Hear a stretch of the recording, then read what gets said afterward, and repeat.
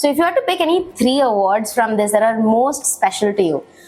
Yeah, so I'll go to the first ones, because after that everything was a thing that followed one after the other. So one of the first ones was the INIFD Best Designer Award.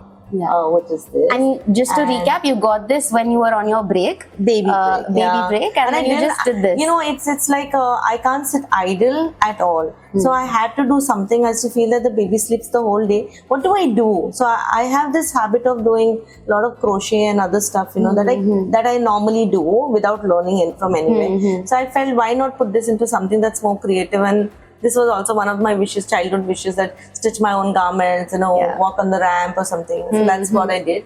Then the other one is the Gorgeous Queen of Maharashtra. Now that helped me actually to, voice out a lot of my opinions. So I kept doing a lot of social work and bits and pieces in my own arena. But, when I did this, I got way to a lot of media, newspapers, would ask my opinions, because I think only when you have some kind of this kind of an award, only then you are actually asked for an opinion.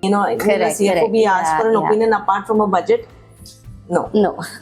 So on the social front, that is what helped me. The third one I'll say is the Swing. That is a book which is of 35 women CAs, right? And I'm featured as one of them. So this is called Stories of Women Inspiring Next Generation, where 35 women CAs, how they became and how their struggle was from childhood, how difficult it was to become CAs, yet they became CAs. Yes. So that is something that is very close to me, and there is an award there.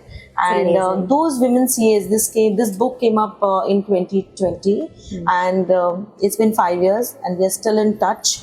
We are a great group all of 35 women friends. Yeah, all 35. We keep meeting every year, and it's like we are beyond CAs. We help each other, not just for CA, but it's also, for each other. We are there for each other. Yeah.